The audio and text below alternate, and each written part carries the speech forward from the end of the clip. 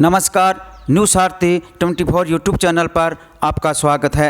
हमारे चैनल पर आप लगातार मेरा गांव मेरी सरकार कार्यक्रम देख रहे हैं।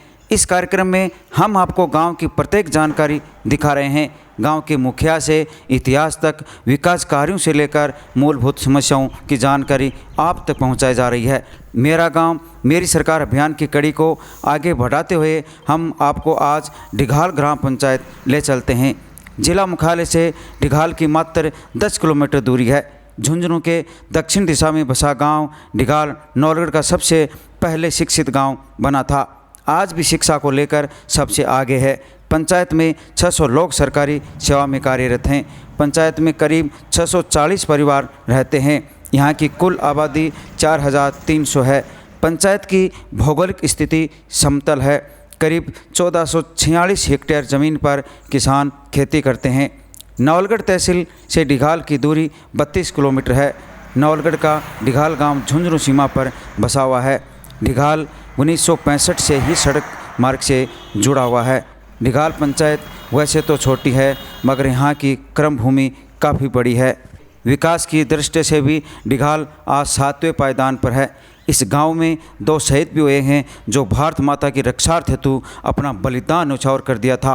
सेना मेडल शहीद अजय सिंह चौधरी तथा नायब सूबेदार नथु सिंह बिस्सू, जिन्होंने देश की हिफाजत के लिए अपने प्राणों की बाजी लगा दी थी। इन दोनों की हाईवे सड़क मार्ग पर प्रतिमाएं लगी हैं, जहां हजारों लोग रोज़ उन्हें नमन करते हैं। गांव के बस स्टैंड पर लगी पूर्व प्रधान व क्रांतिकारी विचारों के धनी भागीरथ मल जी स्वामी की प्रतिमा के दर्शन किए और आगे बढ़े तो गांव सीमेंट सड़क से जुड़ा हुआ मिला। गांव के मुख्य चौक में अनेक लोग ताश पत्ती खेलते नजर आए। उनसे मुलाकात हुई तो लोगों ने बताया विकास तो बहुत है, मगर आवारा पशुओं से निजात दिलाने की बड़ी समस्याएं बताई। आवारा पशु इतने हैं, कम से कम 250-300 हैं पूरे गांव में। यहाँ खेती करने ही नहीं देते हैं। 12,000 बीघा जमीन है पूरे गांव की, उसमें से 5,000 बीघा बोई जाती है, 7,000 बीघा पशु। इसका इलाज अगर सरकार के पास है तो बताएं। तारबंदी के लिए गवर्नमेंट पैसे दे रही है, लेकिन ऐसे दे रही है कि 5 आदमी जुड़ने चाहिए। 5 आदमी कैसे जुड़ेंगे? उसमें कोई साधन नहीं है।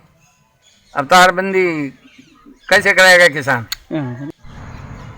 विकास देश का होगा किसानों से। जब किसान समृद्ध होगा देश का, तो ही देश का विकास होगा और गांव का विकास होगा। किसान पे सरकार ने जीएसटी लगाई, वो तो लगाई है। उसके बाद बिजली का इतना भारी बिल आ रहा है, 2-2 आदमियों के 5-5 हज़ार का बिल आ रहा है। किसान फसल बोता है, ऊपर वाला तो नाराज है ही है, समय पे वो बरसात नहीं करता है, लेकिन नीचे वाले भी आवारा पशुओं से किसान रात को और दिन में जूझता रहता है। उसको 20% फसल भी लेने नहीं देते। सबसे बड़ी समस्या ये है, न तो गांव का विकास हो रहा है, न किसान का विकास हो रहा है। जब तक गांव का किसान का विकास नहीं होगा, देश समृद्ध नहीं होगा। सरकार के बड़े बड़े मंत्री जिनको ये पता नहीं है, सरकार के बड़े बड़े कारिंदे खेती कैसे होती है, पशु कैसे पाले जाते हैं, पशुओं से निजात कैसे पाए जाते हैं, वो बड़े बड़े होटलों में बैठ के पार्टियां करते हुए नियम कानून कायदे बना देते हैं और यहाँ आके ज़मीन पे इम्प्लीमेंट वो नहीं होते हैं। इसलिए विकास के लिए किसानों को साथ लेना बहुत ज़रूरी है। अगर किसानों को साथ नहीं लिया जाता तो विकास नहीं होगा। हमारी टीम गांव के पश्चिम की ओर बढ़ी तो गांव का 200 साल पुराना कुआं नजर आया। हमारी टीम ने यहीं से ही तस्वीरों को समेटना शुरू कर दिया। डिघाल गांव का इतिहास भी काफ़ी पुराना है। कहा जाता है 1602 ईस्वी में डिघाल गांव बसाया गया था। पुराणों के अनुसार यहाँ सबसे पहले बिस्सू गोत्र के जाट यहाँ आकर बसे थे। डिघाल गांव की शुरुआत सबसे पहले 1605 ईस्वी में बिस्सू जाति से हुई और बिस्सू जाति के मोक्कल जी यहाँ पर सबसे पहले आए थे। उनके 3 पुत्र थे, आपाजी, आसाजी और नरसिंह जी। और नरसिंह जी के पुत्र थे दशरथ जी। इस प्रकार से ये डिघाल में बिस्सू वंश का आगमन हुआ और चैत्र शुद्धि रामनवमी के दिन 1605 ईस्वी में यहाँ पर बिस्सू जाति आई हुई है। जाट जाति की जो बिस्सू गोत्र है वो आई हुई है और बिस्सू जाति ने इस गांव के लिए, बिस्सू गोत्र ने इस गांव के लिए बहुत ही अच्छा किया है। 4 जोड़ जो यहाँ पर विश्व जाति ने दान में दिए। विकास के लिए जो आधारभूत चीज़ है वो शिक्षा है। शिक्षा ही ऐसी चीज़ है, ऐसा आधार है जो विकास के लिए हमें आगे बढ़ाता है। माननीय अपने पूर्व राष्ट्रपति डॉक्टर APJ अब्दुल कलाम ने कहा है कि शिक्षा आदमी को आगे बढ़ाती है। शिक्षा के साथ साथ संस्कार बहुत ज़रूरी है। हमें शिक्षा के साथ नैतिक मूल्यों को भी बढ़ावा देना चाहिए। शिक्षा ऐसी होनी चाहिए जो व्यक्ति को गुणवान बनाए, संस्कारवान बनाए। इस शिक्षा की सार्थकता भी तभी है, आज हमारी युवा पीढ़ी है वो काफ़ी भ्रमित है और संस्कारों की कमी है। मैं आपके चैनल के माध्यम से यही चाहता हूँ कि आप ग्रामवासियों को और सभी को प्रेरित करें कि शिक्षा के साथ बच्चों के नैतिक आचरण का भी सुधार हो। आज डिघाल गांव काफ़ी ऊंचाइयां छू रहा है।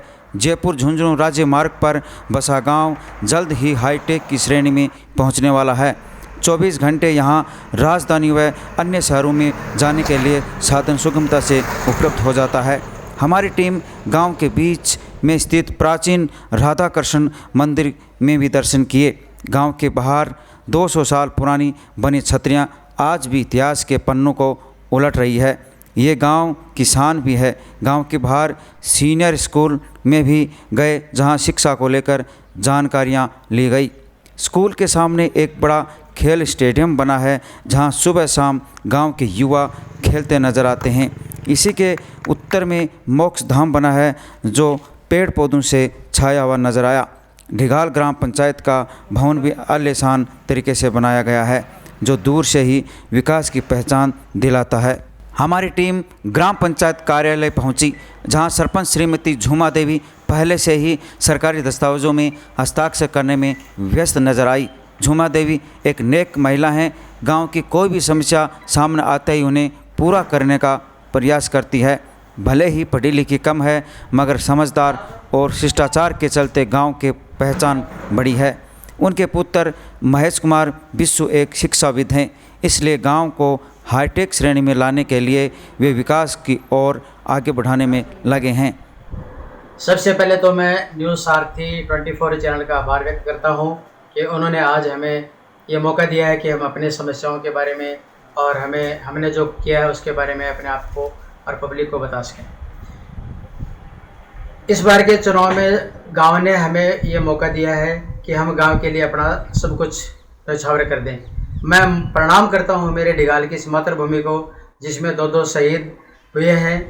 उनसे प्रेरणा लेकर हमारे गांव के युवा आगे बढ़ रहे हैं। जहां तक हमारी ग्राम पंचायत की बात है तो मैं आपको बता दूं, अभी 29 जनवरी को हमारा इलेक्शन हुआ था। पिछले 6 महीने में हमने 5 जो भवन थे, अधूरे भवन थे, उनको पूरा करवाया है, जिनमें डिघाल का पंचायत भवन, आंगनबाड़ी केंद्र, पटवार भवन, किसान भवन और स्वामी की ढाणी की आंगनबाड़ी। इसके साथ ही 2 मोहल्लों में पानी की प्रॉब्लम थी, उनको सॉर्ट आउट किया है और एक पशु हॉस्पिटल और PSC जो हमारा आदर्श PSC है उनमें पानी की प्रॉब्लम थी, उसकी समस्या को दूर किया है। इस छोटे से समय में हमने एक नया ट्यूबवेल बनाकर मोरू की ढाणी की व्यवस्था पानी की करी है। अब आगे 5 साल के जो हमारी योजनाएं हैं उसके बारे में मैं आपको बताना चाहूँगा कि हमारे डिघाल गांव से स्वामी की ढाणी राजस्व गांव को जोड़ने वाली लिंक रोड जो है वो कई सालों से पेंडिंग पड़ी है। हमारा पूरा प्रयास रहेगा कि हमारे कार्यकाल में हम इसको सीमेंटेड नहीं बनाए या नहीं बना सकें तो कम से कम डामर रोड इसको ज़रूर बनाएं।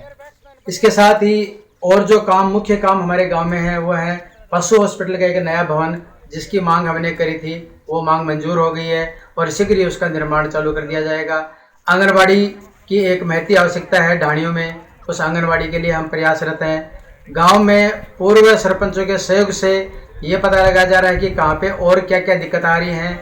3-4 जगह पानी भरने की समस्या आई है, उसको अगली बारिश से पहले या तो सोख्ता कुआं बनाएंगे या उनके नालियाँ बनाकर उनके पानी का समाधान करेंगे।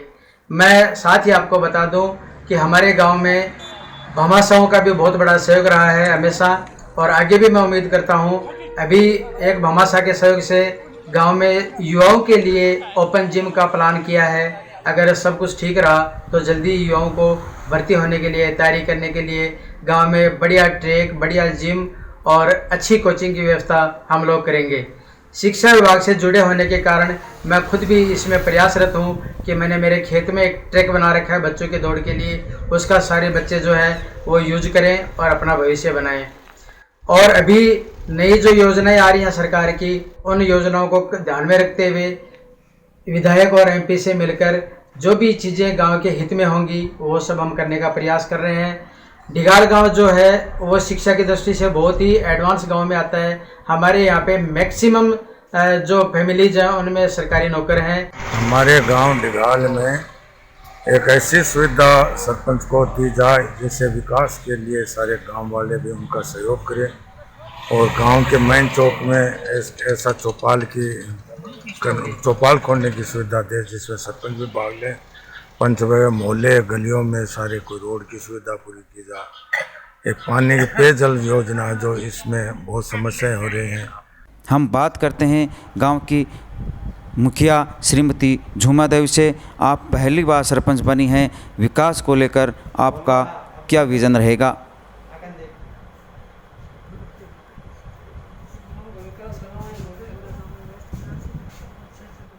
और गंदा पानी कटे है तो नाली बनाऊंगा, कटे कुआ बनाऊंगा, कटे कुंड बनाऊंगा और बना भी दिया। कुआ बना दिया है, कुंड बना दी है और कोई 2 रुपये के रोजगार ने अभी नरेगा में लगा दिया है गरीब आदमी ने। कोई की और भी व्यवस्था करांगा और कर भी दी है और बढ़िया काम करांगा। मेरी यह इच्छा है कि पूरे गांव में लाइट और पानी की व्यवस्था होनी चाहिए और पूरे गांव में कोई चीज़ की परेशानी नहीं होनी चाहिए और बढ़िया बढ़िया काम कराऊंगी और टावरा के लिए खेल कूद के लिए बढ़िया मैदान बनाऊंगी और बढ़िया नौकरी लगेगा। और भाई मेरी तरफ से पूरे गांव इकट्ठा करके मैंने सरपंच बनाई तो पूरे गांव में खुश रखूंगी और पूरे गांव को साफ सफाई को काम करांगा, कोई केड़ो पानी की नाली करांगा। इसके बाद हमारी टीम पंचायत के राजस्व गांव स्वामी की ढाणी पहुंची। देखा तो चकित रह गए। गांव आज भी कच्चे रास्ते से जूझ रहा है। विधायक हो या फिर सांसद या स्थानीय सरपंच कभी इसकी ओर कभी ध्यान नहीं दिया। आज़ादी के 73 साल बाद भी गांव आज भी पक्की सड़क को लेकर तरस रहा है। विधायक जी कई बार आए हैं, कई बार मानो वादो करियो है कि आज सड़क में आता ही, अब की बार आऊँगा तो मतलब सड़क बनेड़ी पर आऊँगा, ठेतानी का वादा हमारा पूरा हो रहा है पर आज तक हमारी सड़क को कोई शुद्ध कौन ली। अब मानो उम्मीद है कि शायद बना देंगे पर फिर भी मान तो वचन तो याद ये रहा कि चुनाव होता ही 1 नंबर में सड़क थारी दूंगा। पहली चोट पूरी नवलगढ़ पंचायत समिति में 1 नंबर में सड़क अगर बनेगी तो स्वामी की ढाणी पहली बनेगी। पर चुनाव को भी 12 महीना हो चुके हैं पर आज तानी हमारी कोई शुद्ध नहीं है। अब करा के मैं तो आस लिया बैठे हाँ 2-2.5 किलोमीटर को टुकड़ो है वही को नहीं बना सके जनाब के करा सेम कह के आता होगा मैं तो।